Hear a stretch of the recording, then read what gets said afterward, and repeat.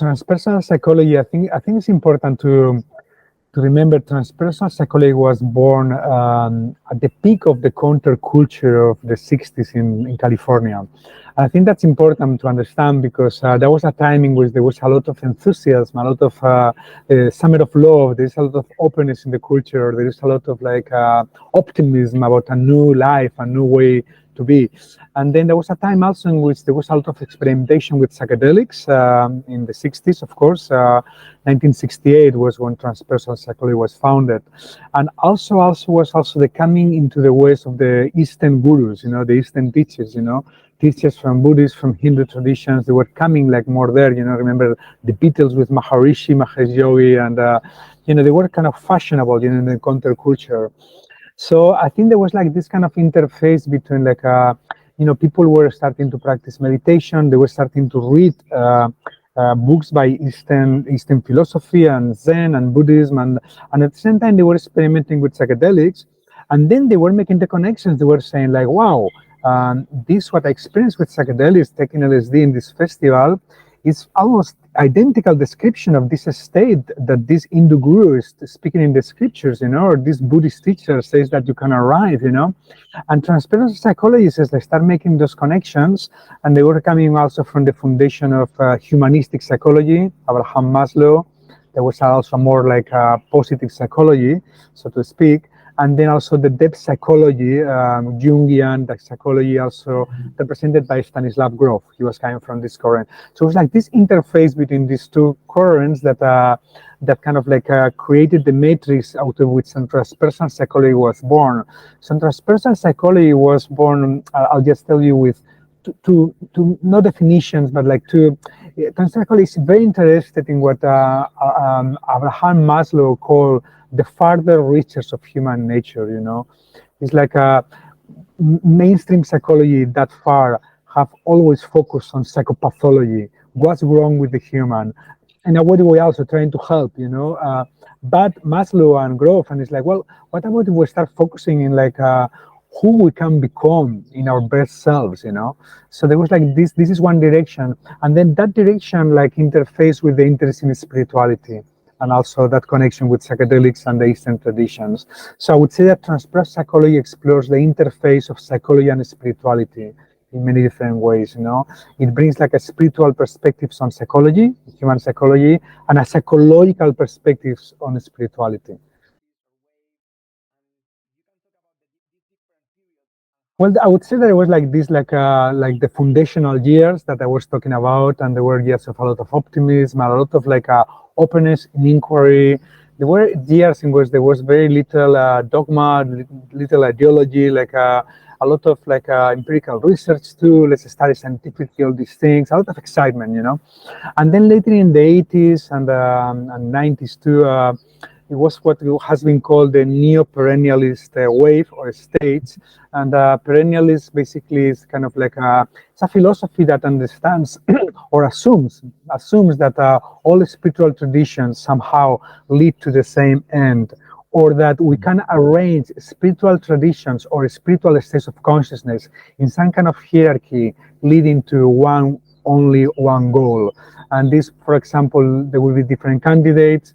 Ken Wilber was kind of a dominant voice in that age, in that era. And for him, was non-duality was kind of the zenith of all human spiritual efforts, So, and also it was a time of big theories, theories of everything, trying to map everything. And then also the other picture of this is there was an integration of Eastern traditions and Western psychology, but very selective. It was mostly Zen and certain forms of Buddhism and certain forms of Advaita Vedanta.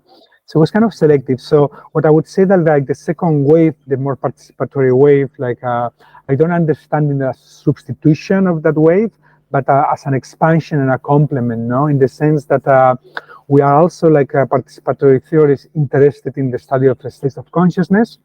All transpersonal psychology has been that far, But at the same time, for one, there was instead of just this east-west thing, Eastern traditions and Western psychology, there's like a wider number of voices, like greater diversity of voices that we invite into the conversation.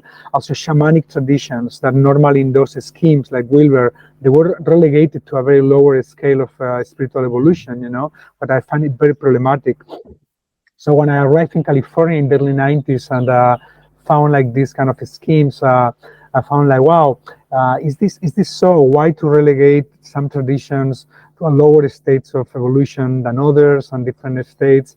And this was affecting psychological practice because some transpersonal psychologists have internalized those schemes and they were using them to guide their clients in that particular sequence. What for me was really like, that's great, that's horrible, because you are not fostering the spiritual individuation of its client. You are kind of in a subtle or gross way guiding them in a particular direction.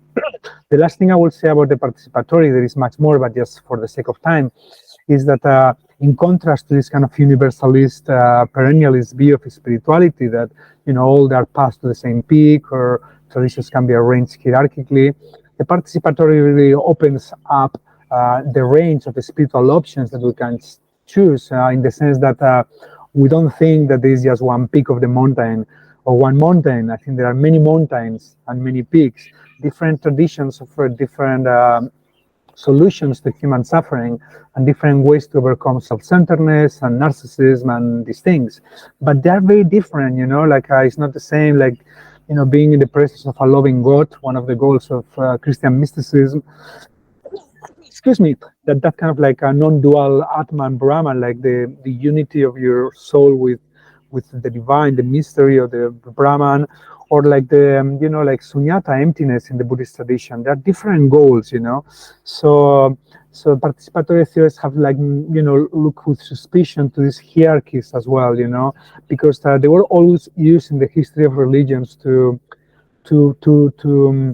promote one spiritual choice above others, and we knew that from the history of religious traditions. Everybody was doing that in Buddhism, in Hinduism.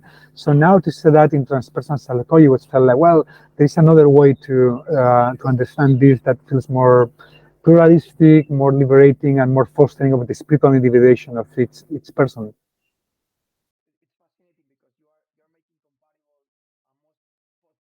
I used to teach a whole course at CIS on spiritual and cultural appropriation as an introduction to our students, because we're teaching a program called East-West Psychology. So the students were exposed to a variety of traditions, and many of them were psychotherapists. So what we learn is like, I think it's completely legitimate, especially in today's world. The spiritual richness of humankind are there, available to everybody. Even many of the esoteric treatises, that even 10 years ago was like kind of like no one knew about. Now they are translated, you can get them in Amazon, with a click, I think there is a good thing there, that I think like knowledge, and spiritual knowledge in particular, should be like democratic, shouldn't be just owned by some elites, everybody can benefit for it. And of course, psychotherapists can also benefit from it, or coaches, or like workshop leaders. The problem is when especially in workshops, like certain workshop leaders or practitioners, they incorporate practices or into their work without giving credit to the source. And this is one of the things, like if you incorporate something from a different tradition, unless it's something that has become mainstream culture now, like mindfulness. Do we need to say the Theravada Buddhist practice every time we do mindfulness? I don't think it's necessary. But whenever, especially, we incorporate practices or teachings, in particular for traditions that have been marginalized or colonized, like Native American and indigenous traditions, I think it's particularly important that we give credit. And ideally, it would be great if you are especially working with the practices and teachings of what tradition, that you have some kind of contact with that tradition. Maybe you take the effort to before offering mushrooms ceremonies, you to visit the huichols, and hang out with some of the maracanes, or visit like the mazatecas in the south. Excuse me, the huichols is with peyote. The mazatecas in the south of Mexico, you make some contact with the tradition. I think there is something very valuable that is going to enrich also your practice. So being very aware of if the culture or tradition has been colonized is very important. The more colonization, the more awareness you need to take care, and the more care about giving them credit, and also maybe making some contact with them, and at the same time also I'm a spiritual pragmatist in the sense that what I most value is like the whatever foods, like so if some people are using practice and teachings and they're benefiting other human beings, I support that. I'm not like a super, oh, you cannot do that because you never traveled to Peru. No, I don't think so. If they are doing it a good job and for with a good heart and for the well-being of others, I think it's good. But it doesn't hurt. It's very easy to give credit where the teachings have come from. That's very easy.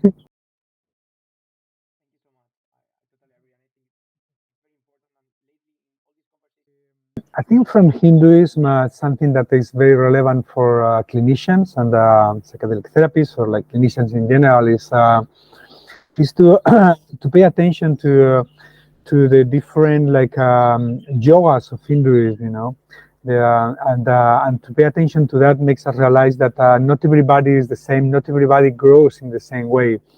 There is Raja Yoga, the meditation, there is Bhakti, like devotion, there is Karma Yoga, there is other types, and that's important because it helps us to understand that maybe not all our clients go path is meditation. Sometimes there is like these things, these kind of ideologies that we have internalized, like everybody should be meditating if they're in the spiritual path, or everybody should be doing plant medicine. Well, no, maybe some people is for plant medicine, some people is meditation, some people is karma yoga, some people is like devotional chanting, and some people is conscious parenting, and or eco psychology from a spiritual perspective, like. So I think that's an insight from the Hindu tradition that I would rescue in this context. And I think from the Buddhist traditions that has been Buddhist and shamanism has been the closer to my own work and practice for many years. So Buddhist, I could talk about many things, but I would say that from a clinical perspective, I think it's very important to really incorporate this sense of compassion, but also self-compassion, because sometimes it's easier to be compassionate with others, but we are always the hardest with ourselves, both as clinicians and also our clients. If we can transmit this insight in the Buddhist tradition, that in order to really all the practices in the tradition, when you desire a loving kindness or enlightenment for others, you always start with yourself. And this is not selfish. There is a wisdom here. The more you are happy, the more you are like well-being, the more you are going to be able to give to others. So the more you are compassionate with yourself, the more compassion you will be able to genuinely offer to others. So that's for that. There is much more, of course, I could say, but and then shamanism, of course, like what comes to me is it's two things. Is like is nature, the connection with nature, like some of the most effective, in addition to psychedelics and other things, effective new forms of psychotherapy in the States, in California, are environmental, are ecotherapy. There is forms of ecotherapy, earthing science, like this a lot, and makes so much sense because we have been living in cities, like so many of us, disconnected from nature, and many of the anxieties and many of the depressions, they are environmental. Sometimes people, they give a very hard time of themselves, and also with clinicians. What's wrong with me? What's wrong with me? And sometimes they start hanging out more with nature. They move to nature, and the anxiety goes. Not that my father did that to me when I was 3 years old. Maybe it's just because I need to be in nature. And the other thing, of course, is the use of the moderate and skillful use of states of consciousness. Either facilitated by teacher plans, but also by other methodologies of conscious alteration, like rhythm drumming or like vision quest or many other things. There is tremendous resources in the shamanic traditions that we can incorporate in our work with others.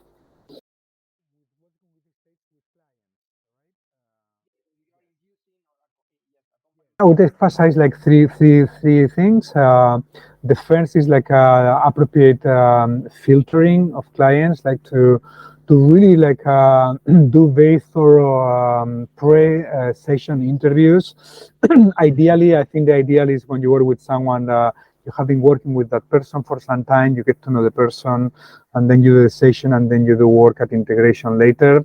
That's not how everybody works. Sometimes people come, oh, I'm coming, I want to do a session, I'm coming to Barcelona, recommend me a therapist, and they come and they go.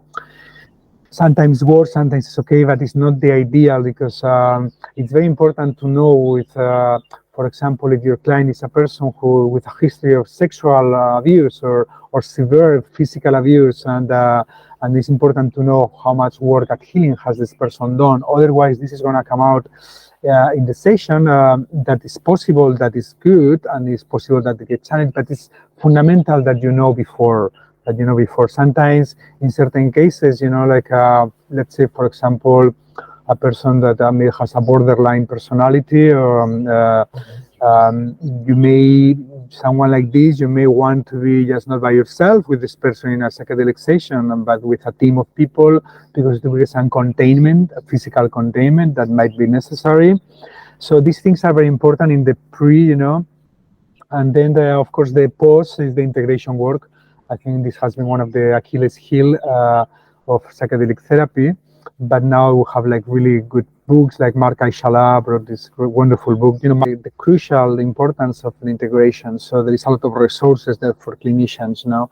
And then the last thing I would emphasize is of course, the very vast experience in these states from the therapist before offering those sessions. And in particular, for example, it's important that therapists, they really have experienced many different states, both like luminous, but also even what they are called bad trips, that in California there is this joke, bad trip, good trip, because the bad trip are the most transformative sometimes. But there is something, about like, when I used to work with San Pedro ceremonies, that's something I used to do. I realized that, I had to do a lot of work with mushrooms and ayahuasca and other things. And I had gone through some very challenging places, in particular with mushrooms, like, what I call the shadow of cosmic consciousness, the eternal now in hell, And it's experiential, phenomenologically, it's a reality. You are an eternity in this hellish space, psychotic fragmentation, you name it, absence of meaning, you understand why you may want to kill yourself, but then realize that even killing yourself will not help, because you are in this state of consciousness that is beyond life and death, as we understand it, So there is no way out. Not even death is the way out, But later, I really appreciated, that experience, because when working with people, even though San Pedro, there is no bad trips of that kind with San Pedro in general, but with working with some people, or in a ayahuasca ceremony, I was kind of like helping and stuff. It's like when someone is in those states and they look at your eyes, it's only when you have experienced them and that they feel that where they are, even if they are like super out. And but that rapport, that connection is what really helps to little by little help them out. It's always like an open inquiry for me. I've gone through different stages in my thinking. I will not go through them, but basically, like shamans, for example, I've discussed this question with shamans too, and shamans are very clear in general. Like they're pretty consensual. They say, like, listen, there is different type of visions. There's visions that are more personal, and the unconscious, that are more like dreamlike, like what you have in your dreams, And there are other visions that are more transpersonal, that have like a reality, So I think there are different types of visions, different types of things you can encounter, What for me personally, like it felt more convincing about like the ontological autonomy of certain energies or entities that you can encounter. There were two things. One thing is when it's like let's say like once had this encounter with what I later learned was like Taoist sage in a ayahuasca ceremony materialized like half meter from me, like here, like clearly, and and then from his little bag brought up gifts, gifts. And then every time he would give me a gift, I would feel like completely like from the base of the spine, like a kundalini awakening, like a tremendously tangible, energetically very strong. And then I know about Taoism, but it's not my tradition. I was studying Buddhism, and at first I thought, oh, maybe it was like a Buddhist Lama. And look at the iconography of different traditions. It's like, oh my God, it's like this guy. It's like this Taoist sage with his heart, with his bar, with his like. So I think when things like are not expected, are more unexpected, I think they have like a greater stamp of that reality than when I'm waiting to see the Virgin Mary, waiting to see the Virgin Mary, and finally Virgin Mary appears, and who knows, maybe that's she's true too, and also when they teach you things that you don't know, that's also important, when they teach you things that you don't know, when you see things like in Grove's research, there's like people who never study Kabbalah and they never even study Judaism, and suddenly in psychedelic sessions have visions of the tree of life of Kabbalah with all the 12 10 sephirots, and they understood the meaning of each of the sephirots and everything. Is like, how what do you make of that, So an explanation is more the collective unconscious, right? All the wisdom is there, and those states tap into that, and Grove is open to that possibility.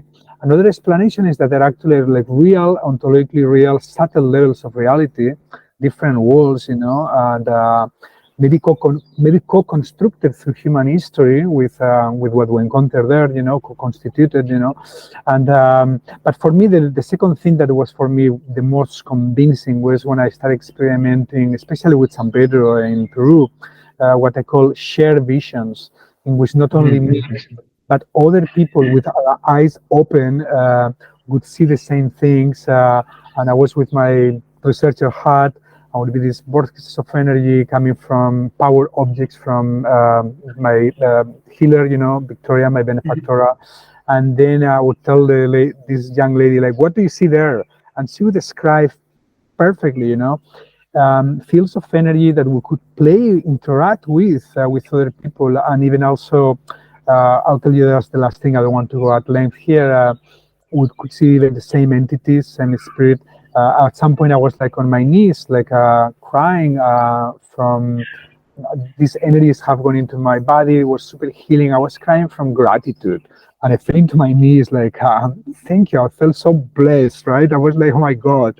Thank you, love, whatever, life, And then suddenly, I feel like from my armpits, two people like helping me to come up, and I thought it was Victoria and this other lady, who was there. And then I see them in front of me, and then I look right and left, and I see these like indigenous spirits, and then so. And Victoria and this lady and me in this occasion, and we saw also same spirit guides and stuff. In ayahuasca too, like with astral doctors, when they come to you into your heart chakra or vital center hara, they do this precise, chirurgical energetic work that you can feel it. So also that tangibility is important, but also that I checked with the shaman the morning after, and he told me, oh yeah, they came yesterday, they don't come normally, like the most normal thing in the world. Yesterday they came, sometimes they can, sometimes they don't, but when they come, it's really great, because then it's when the deep healing happens, and it's like, fuck man, it's like, I fucking saw them. It's harder for, materialistic science to say, well, that's like a private brain hallucination in your brain. Would you have your eyes closed? They can always say, there's an enhanced imagination in your dreams. It's like an illusion that you feel it's real. But when there is all this intersubjective agreement,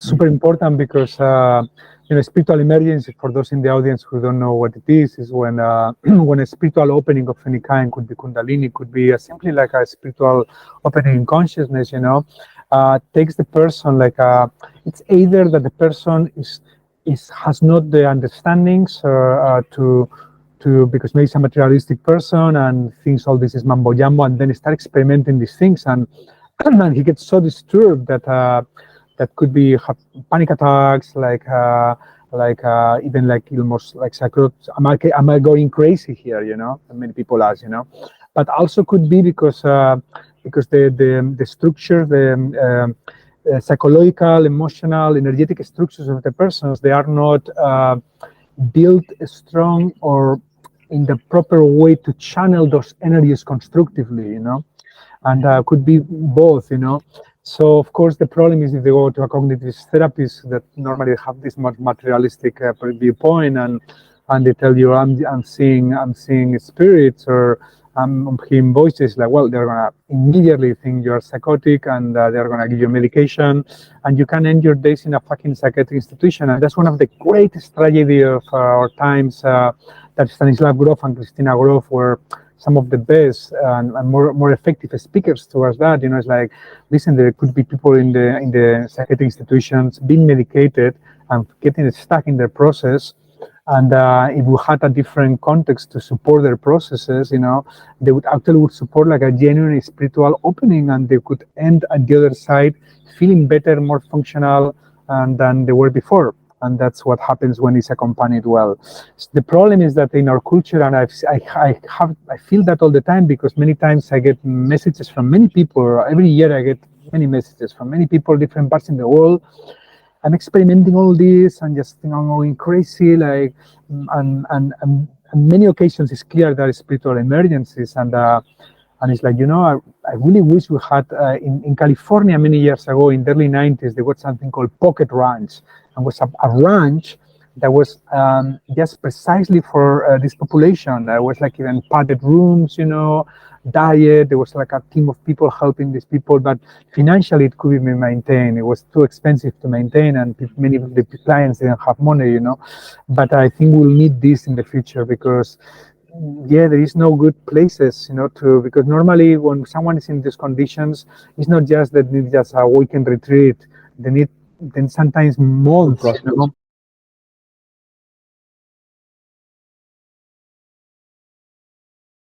Of course, like yeah, I had like a PhD student from India. She wrote her dissertation on hearing voices, you know, making the case, and she published in the most important you know, schizophrenia journals in the States, you know, because she was making the case, like yeah, in her culture, in many areas, you know, hearing voices is normal thing, and it's not pathologized, and these people will be diagnosed with schizophrenia here, you know, like.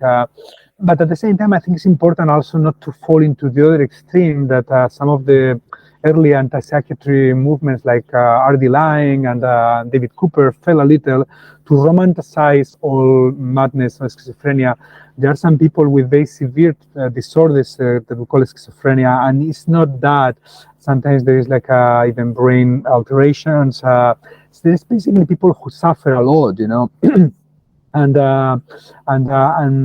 to what extent, like some of these people could be helped with this technology of consciousness, like psychedelics, you know. That's what Stan Grof used to do in Maryland, but in particular in Czechoslovakia, you know. He was given the, you know, clients, like patients that they have tried everything and nothing works. So LSD was new. It's like, try LSD with these guys because we don't know what to do, you know. And in some cases, I think it really helped, but not in all. There were some people that I don't know, schizophrenia there are many types of schizophrenia, and I think that there are some times that I think that these interventions could really help, and maybe others that I don't know. I have my questions, you know. So it's important not to pathologize all schizophrenias, but also not to romanticize all of them as healing journeys, you know, because also, yes, some people really suffer a lot. You know, there are conditions that are also, there's a genetic predisposition, and yeah, it's. I mean, I want to believe that all of them we could help them. We'll learn how to help them at some point.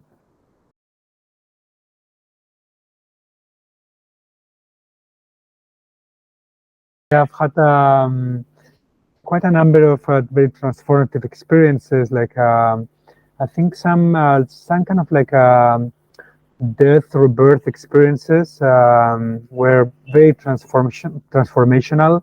But again, I would make a distinction between the experience that has been more transformational, and then experience I felt like they were getting closer to the what I feel the mystery, you know, that And as you know, like I feel the mystery can be enacted in different particular ways, and one of the interesting things, like I've, had experiences with and without plants. I was in 12 years in Buddhism, and I feel I was kind of getting tastes of emptiness in my practice, and Pratya Samutpada. I feel experientially start understanding, cracking the code, to, to say it that way. And also, like in Christian mysticism, there was also with no psychedelics, like it was a time of my life that I felt that what many Christian mystics were looking for, like that loving presence around me. On a moment to moment, I lost it. I totally lost it later. I did something very foolish, and I totally lost it, and I felt I went to hell then, heaven to hell, and but then after heaven to hell, I felt I could be on earth in a different way, like more grounded, and so it was. In retrospect, I think I wouldn't be able to pinpoint just one experience. It's the whole process, no. Those river experiences is very important. And the thing about like plants and psychedelics is like when you are in one path, you're building and you're doing all this practice, and normally you don't have like the experience that this tradition is telling you you're gonna have, because the goals are embedded in the practices, like you analyze different practices of meditation, you see a connection between the state or states of consciousness that they lead to, it's like that. But psychedelics like give us access to all. Psychedelics give us access to all, to the personal divine, to Buddhist emptiness, to Atman Brahman, to non-duality, to all the spectrum, So I think that's also very valuable for clinicians and for people who are working with people, because we have more resources, and then with those resources we can support, the spiritual individuation of our clients in a better way, versus to, in a way, even unconsciously indoctrinating them because we think this is the thing. Ultimately, for me, in my moment now, for the last years, my goal or my orientation has been about like not so much like mind-blowing journeys going into different things, but to open my body, to open my everyday life to all that, while being firmly grounded on body, on earth, on here. That's kind of my orientation, and San Pedro has helped me in that direction.